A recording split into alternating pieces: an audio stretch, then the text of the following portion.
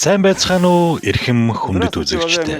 Хэдийгээр цагаагаар дохдооргүй сэрүүн байгаа боловч бид ногоон талбайд илүү олон ажил хийж амжуулах ёстой болно. Аргачлалгүй юм аа. Учир нь 4-р сарын төгсгөл нэгэнд болчихлоо шүү дээ. Тиймээс би хувьд бүс нутгийнхаа ногоон талбайн услахаагаа эхлүүлэх цаг болсон энд хүндэтгэлтэйгээр зарлаж хэлмээр байна. За ингээд үзэгчдээ бид ногоон талбайд эх 7 хоногт ямар ажил хийж амжуулах ёстойг харцгаая.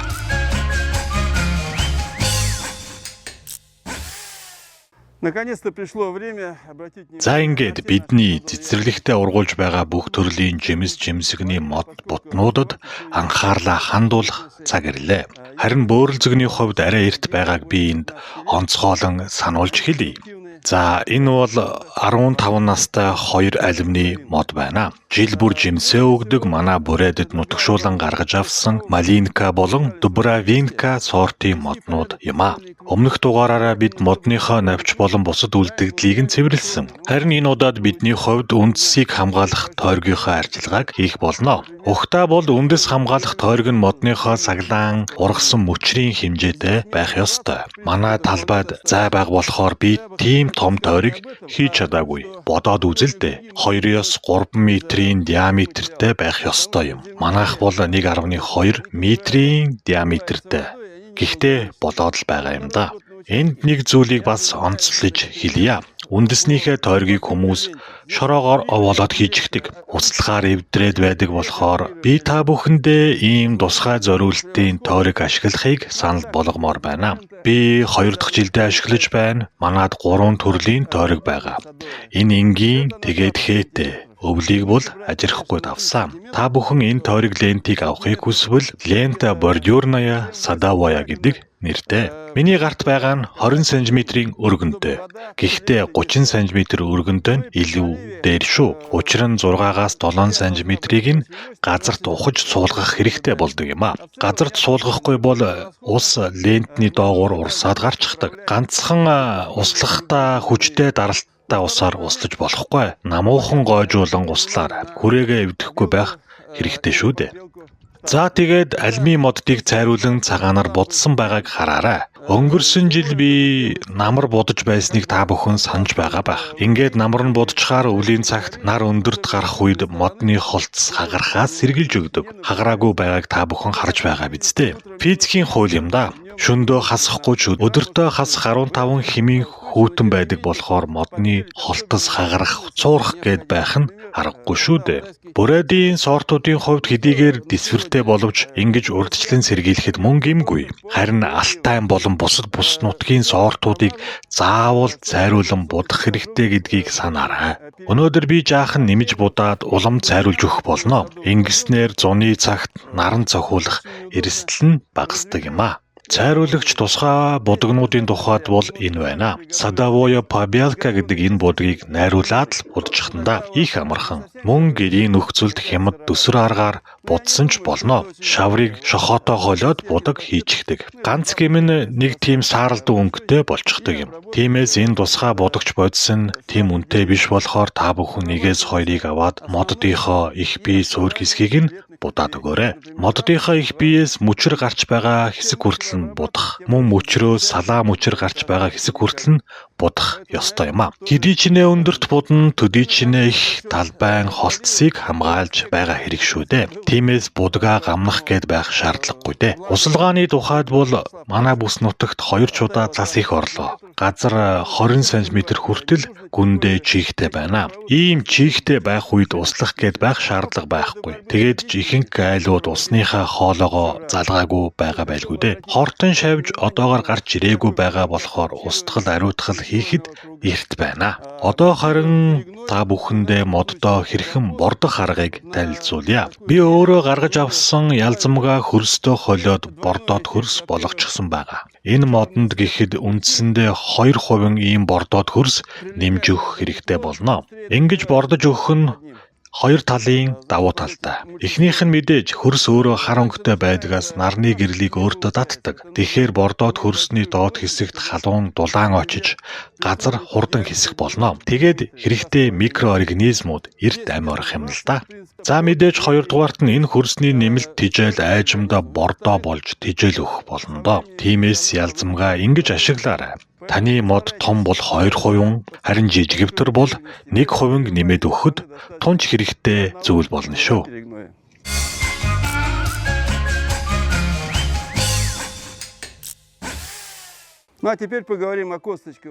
Одоо бол яс жимсний моднуудын талаар ярилцах цаг нь ирлээ. Манай бүс нутагт үндсэндээ 3 төрлийн жимс тариалдаг нь энтор, априкос, чавга юм а. Априкосыг бол хамгийн нөмөр дулаан газартаа тарьж ургацыг нь авдаг шүү. За энэ бол чавганы мод, бутлаг ургамал л да. Их бие түүнээс салаалсан олон мөчрүүд байгаа. 10 орчим настай манай энд нутагшуулсан сортолтой. Альми модтой адилхан арчилгаа хийх болно. Моддоо цайруулж будна, үндэсний тойргоо засна, тэгээд бордох ёстой. Та бүхэн харж байгаа байх. Энд шороогоор хийсэн тойрог байгаа. Би туршлага дээрээ үндэслээд тусгай зориултын бордюрын лентээр хүрээлж өгөхөөр шийдсэн. Хортон шавьж гарах цаг нь болоогүй болохоор тэмцэх гэж яарад хэрэггүй. Харин услахааны тухайд бол өмнө нь хэлсэнчлэн хаврын үйлрэлд яс жимстэй моддыг услах гэд ярах огтоос хэрэггүй. Эрт усалчаар эрт нахиалаад цэцгэлжих нь. Эрт цэцгэлэхээр дулаарч амжаагүй байхад буюу хүүтэнд цохигдчих нөхцөл үүсдэг юм а. За тэгээд өнгөрсөн жилийн шиг энтор, априкос, чавганы ургац тун тааруу байх болно шүү. Тиймээс эрт услаж, эрт цэцгэлүүлэхээс сэргийлэх хэрэгтэй шүү. За тэнд энторийн мод байна. Мөн л бутлаг ургамал саглааж ургадаг. Тиймээс л априкос болон чавганы модод шиг их бие мөчр уг хэсгийг нь цайруулж будах гээд хэрэггүй дээ.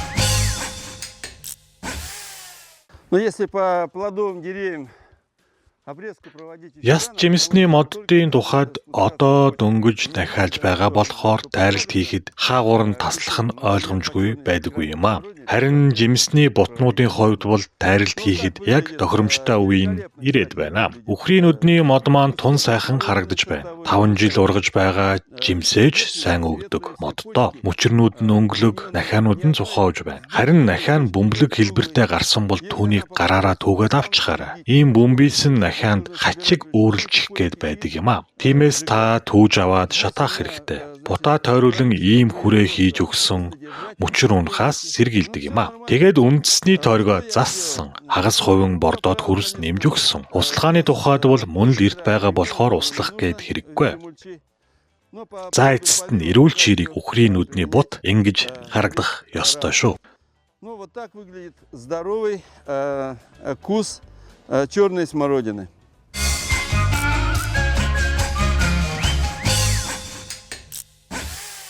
За энэ үхрийн нүдний бут харин 10 жил ургаж байгаа. Нас нь нэмэгдээд ирэхээр навчаа бүрэн гөвж чаддаггүй. Та бүхэн харж байгаа биз дээ? Гараараа ингээд авчихж болно л доо. Навчнуудыг нь ингэж түүж аваад ялзамхтаа хийгээд бордоо болгоод хувиргачих. Өнгө төснөг хүртэл гутаагаад байдаг болохоор навчаа авчихсан дээр дээ. За тэгээд дараагийн ажил бол хуучин буюу хөгшин мөчрнүүдийг нь авах. Хөгшин мөчөрт жимс бараг ургадаггүй юм. Тиймээс залуу мөчрнүүдэд боломж олгох хэрэгтэй шүү дээ.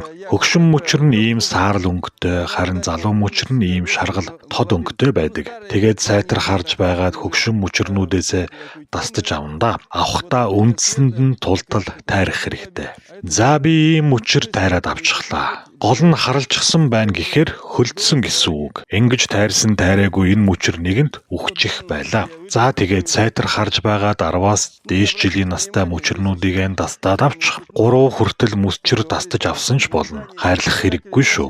Үр жимс бараг өгөхгүй, мөн хөгшин мөчрнүүд хөлдөж үхэх гээд байдаг болохоор авчихсан дээрээ. Хортон шавьжтай тэмцэх тухай ярихад бол зарим хүмүүс дөнгөж дахиалж байх үед нь халуун усаар ариутгал хийгээд байдаг. Би хувьдаа ингэж үзээгүй. Харин улаан болон энгийн үхрийн нүдэ цэцэглээд ирэхээр нь би ногоон ялааны эсрэг хор цацдаг юм а. цветения черной и красной смородины.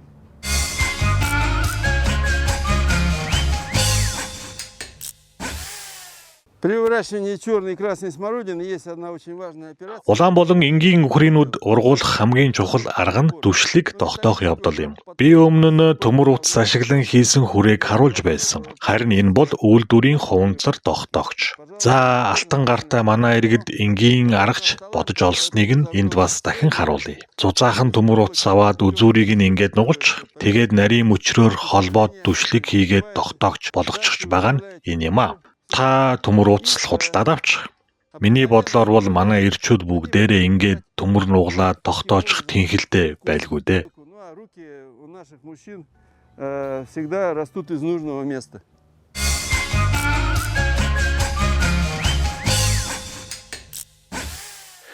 Цэцэрлэгтээ ажиллажглаа. Харин бүгдээрээ парник буюу ногооны үлдэгдэл ялзамгийг бордоо болгон хувиргах газартаа ирээд байна. Парник бол үндсэндээ дулаан орчныг бүрдүүлж байгаа. Нэг ёсондоо халуун пар гэсэн үг юм аа. Ийм гэлгар уутаар бүтээгээд өгөхөөр хүүтэн өдөрч хөрс ялзмагт хангалттай дулаан очих болно. Үндсэндээ энд харагдаж байгаачлан гисэд сайн суугаад өгсөн байна. Ёроолын 10 см орчим хөлдөө хэсэг байх шиг байна. Энэ янзаараа бол 4-р сарын 28 гэхэд үндсэндээ бүрэн гисэд дуусчих юм байна. Тэгээд хайрцагны тал хувь хүртэл нь суугаад ирнэ. Тэр үед нь би үлдсэн талыг нь үхрийн басаар дүүргээд өгнө. Улмаар эндээс гарах илж дулааныг нь ашиглаад 5-р сарын 5-нд өргөст хэмхээ суулгах болно.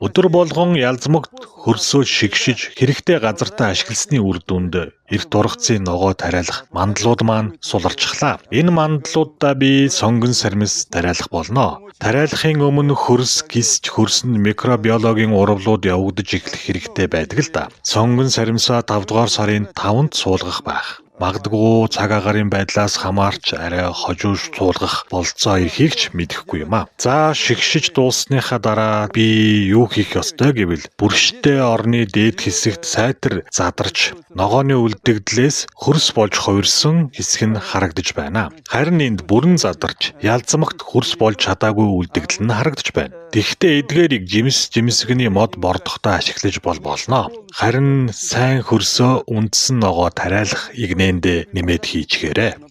За энд харин бүрэн огтоос задарч ялзмаг болоогүй үлдэгдлүүд байна. Энэ үлдэгдлийг би буцаагаад парниктаа хийчихнэ. Дахин 1 жил задарч ялзмаг болгоё. Харин орныхоо бүршийг 14 хоног ашигласан ч цэвэрлэгээ шаардлагатай болсон нь ойлгомжтой. За тэгээд цэвэрлжихэд эх жил хүртэл хадгалах газартаа хийчихэндэ. Сейчас почищу ее и уберу до следующего года.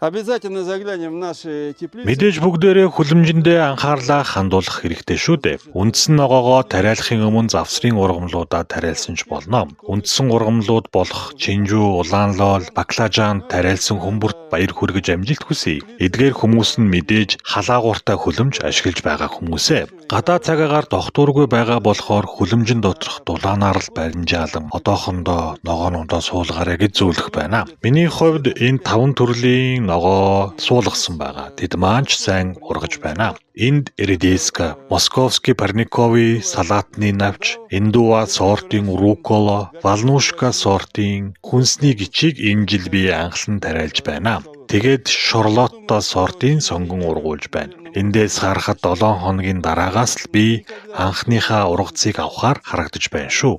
Энэ хүлэмжийг ашиглаж эхэлснээс хойш бүх ногоо ингэж сайн ургаж байсангүй. Гадаа хүүтэн хിവэр байгаа ч би энэ жил анх удаа тусгай зориултын халаагч ашиглан хүлэмжээ халааж байгаа. Халаалт ашиглаж байгаа болохоор тун сайн ургалаа гэж дүгнэж байна. Халаалтын кабелийг 30 см-ийн гүнд суулгаж өгсөн. Түүний доор нь дулаан тусгаарлагч шилэн хөвөн дэвсэж өгсөн л доо. Харин хүлэмжийн энэ талд нь халаагч ашиглаагүй болохоор маш сайтар хужиж байх хэрэгтэй болсон юм а. Халаалтаа хэсгээ болог нэмгийн гэлгар утаар л хужихад болно доо.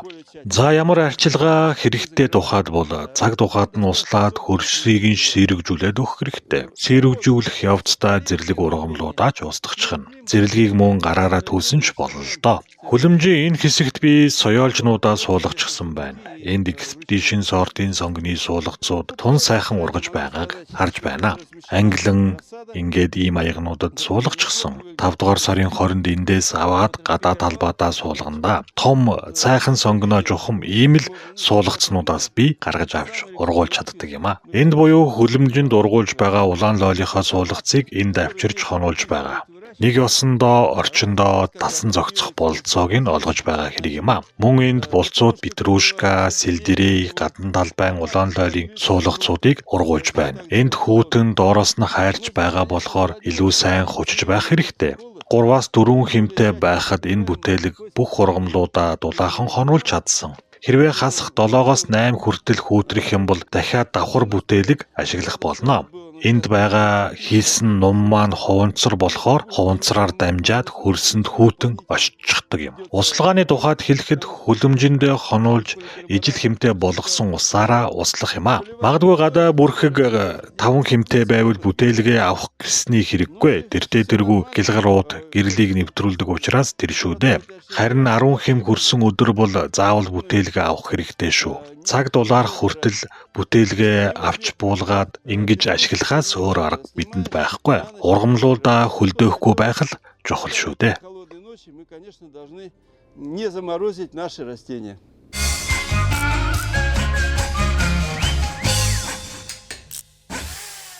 Скоро, уважаемые телезрители, нам предстоит посев овощных культур, поэтому... Удахгүй бүгдээрээ хүнсний ногоонуудаа тариалах болно. Тиймээс энэ 7 хоногтоо мандлуудаа бүгдээрээ бэлтгэх хэрэгтэй. Хуучин цагт шороо мандалд ашигладаг байсан бол одоо байнгын буюу заавал хүрээтэй мандал хэрэгжилж байна. Зарим нэг нь мандлаа нэмгэнд шиперээр хийдэг, төмрөөрч бас хийдэг. Сүүлийн үед ДПК-гаар бас хийж байгаа. Тэгээд хуванцар мандалж харагдах болсон. Тэгэхдээ ийм мандал хийхэд илүү их зардал гарах байх.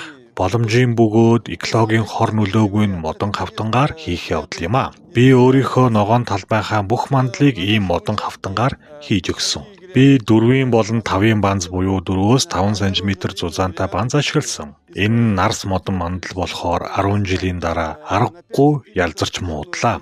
Ямар болсныг нь хараарай. Одоо яах вэ? Хөрөөдөд галаа түлчгэндээ. Оронд нь би шинс модон 18-ыг харьцах 5 см-ийн банз ашиглахаар төлөвлөж байна. Шинс мод олдохгүй бол та бүхэн нарс ашигласан ч бас болно л доо. Би захиалгаар шинс модон 5 см зузаантай 22 см өргөнтэй банз зүсэж авсан. Хамгийн шалгарсан хувилбар бол энэ юм а. Солиод эхэлчихсэн байгааг та хараарай. Хуучин мандлаас 10 см өндөр болохоор байгаа биз дээ. Өндөр мандалтай байхын хэрээр их шороо ашиглах болно. Мандалтах шороо бөөрнөөсөө хурдан хаалж, тэнд тарьж байгаа ургамалж дахиад дагаад хурдан ургана гэсэн үг дээ. Өндөр мандал ийм л ашигтай байдаг юм. Тэгээд та бүхэн мандлаа 10 биш 15 жил ашиглая гэвэл ийм антисептик биос хинээж ашиглаарай. Хэрэглэсний дараа мод ногоондөө туяатай болдог юм байна лээ. Нарс мод бол заавал энэ бодисыг дүрхэж хэрэглээрэй гэж зөвлөх байна. Нарс модон 4 болон 5-ын банзыг 2 давхарлан дүрхснийхээ дараа л газарт суулгаж өгөөрэй.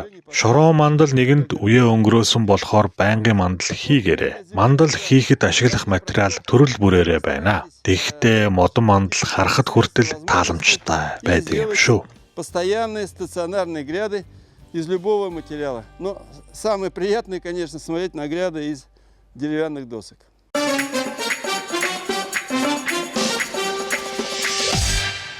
Продолжаю, уважаемые телезрители, знакомить вас. Нөхөрсөг Монгол, Эрхүү, Чит, Улаанууд хотын дэлгүүрүүдээр энэ жилээр борлуулагдж байгаа шинэ удирдлагын шинэлэг бүтээгдэхүүнүүдтэй та бүхнийгээ одоо танилцуулъя. Эхлээд гутал. Хавар хөрсөн дээр ажиллахад ихээхэн сэрүүхэн байдаг. Тиймээс дулаан гутал зайлшгүй хэрэгтэй. Сүүлийн үед ийм үслэг дотортой эвзэнэн гутал худалдаалагдах болжээ. Эрэгтэй нь энэ байна. Харин эмэгтэй гутал нь энэ байна. Би өмнөх загварыг нь 2 жил хэрэглэж байна. Энэ шинийг нь аваад удахгүй ногоон талбайдаа ашиглаж өмсөх болно доо. Хавар хүүтэн хөрстэй ажиллахад мэдээж бэйли хэрэгтэй. Ийм алган тал нь ирзэнэн, алганы ард тал нь нүхтэй агаар ордог бэйли хэдэн жилийн өмнөөс зарагдах болсон. Эмэгтэйчүүд их байдаг байсан бол одоо нэмэгдээд хүүхдийн бэйли гарч иржээ. Хүүхдээ зөв хүмүүжүүлэн ногоо тарих ухаан сургах хэрэгтэй шүү дээ. Хүүхдүүд ч талбайд ажиллахдаа дуртайя тусалдаг. Одоо тэдэндээ ийм бэйли авч өгөөрэй. Хөдөлмөрийн багаж мөн их чухал. Талбайн ажил ямар багажтай байхаас хамаарч үр бүтээл нь өөр байдаг. Надад ийм өнгө зүстэй, гар твтэйхэн багажтай ажиллахад тун таатай байх болно. Та бүхэнд ч сайн багаж хэрэгтэй болохоор худалдан аваад ашиглаад үзээрэй.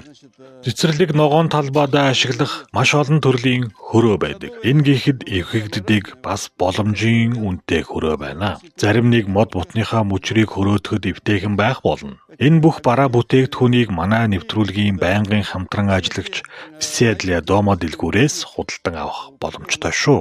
Энд бас нэг бараа байна. Энэ бол угсардаг парник. Хүүтэн хавар шууд суулгаад хэрэглэхэд тохиромжтой, авсаархан. Номон болон бүтээлгийн материал тэгээд газар тогтоох хадааснууд хамт таних болох юм аа. Парник пленка гэдэг нэртэй юм шүү. Манай улаан үүд хотод үйлдвэрлэгдэж байгаа хортон болон ургамлын өвчлөлийн эсрэг үйлчилгээтэй шингэнүүдийг та бүхэндээ одоо танилцуулах гэж байна. Химийн бус биологийн найрлагатай. За харцгаая. Ийм дөрвөн өөр өнгийн өөр савлгаатай. Тус бүр нь өөр өвчин хортон шавжны эсрэг үйлчилгээтэй. Манай Никейскийн үйлдвэрийн бүтээгдэхүүн энэ жилээс худалдаанд гарч байна. Удахгүй Виседля Домо дэлгүүрээр дамжуулагдсан борлуулагдах болно. Би та бүхэнтэй ижил хэрэглэж үзхийг хүсэж байна. Биологийн гаралтай бүтээгдэхүүн ашиглах нь үр дүнтэй байвал бид бүхэн химийн гаралтай бүтээгдэхүүн шингэнээс татгалзаж илүү хүний биед хоргүй аргаар хортон ургамлын өвчлөлтөд тэмцэх боломжтой болох юм аа. Хэрвээ та бүхэнд энэ бүтээгдэхүүнүүд таалагдж байвал заавал аваарай. Талбайд ажиллахдаа ая тухтай хөдөлмөрийн бүтээмж өндөртэй ажиллахад тань туслах болно гэдгийг санаарай.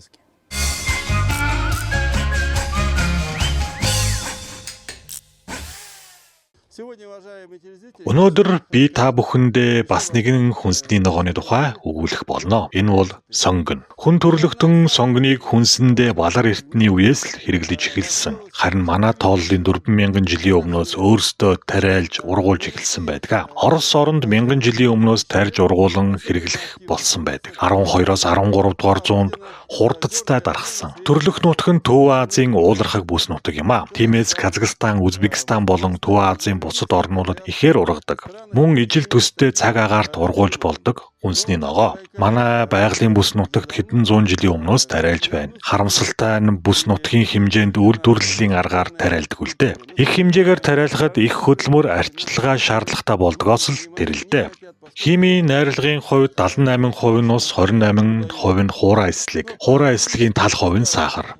А, B1, B2, C витамин болон бусад олон төрлийн витамины өндөр агуулмжтай. Мөн фосфор, калий, кальц гээд 16 төрлийн химийн элемент агуулдаг. Бетацинид, эфирийн тус агуулдаг болохоор өөрийн гэсэн амт өрмөц үнэртэй юм а. Хүмүүс гашуун ногооч гэж нэрлэдэг. Гэхдээ сонгоны халуун, гашуун, амтлаг гэсэн үндсэн 3 төрөл байдаг. Бидний тарьж байгаа экспедишн сонгон гэхэд амтлаг сонгон юм а. Сонгоныг хүнсэндээ бүхэл бүтэн жил хэрэглэх боломжтой. Сонгон өөрийн чанараа бүтэн жил алддаггүй, сайн талтаагаараа бусад ногооноос давуу талтай.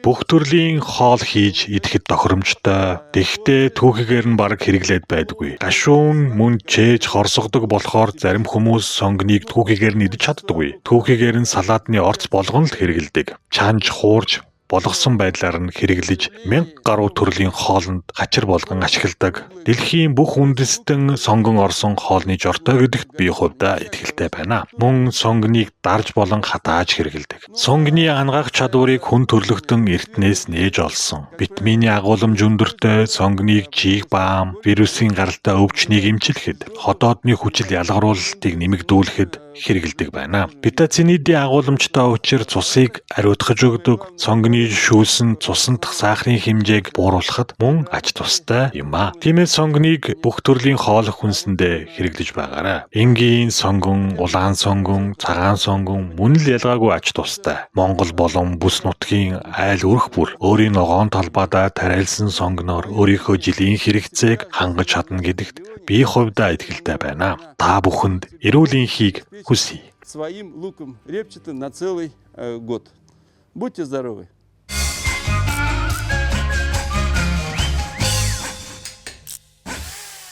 Итак, уважаемые... 4-р сарын төгсгөл гэдэг бол биднийг ногоон талбайд илүү түлхүү ажиллах цаг ирсэн гэдгийг сануулж байгаа үг юм а. Тариалангийн улирал эхлэж байгаа та бүхэндээ дахин баяр хүргье. Бүх зүйлсээ амжуулан хийх нүрэх ажил биднийг хүлээж байна да. За ингээд эх 7 хоногт иргэн уулзлаа.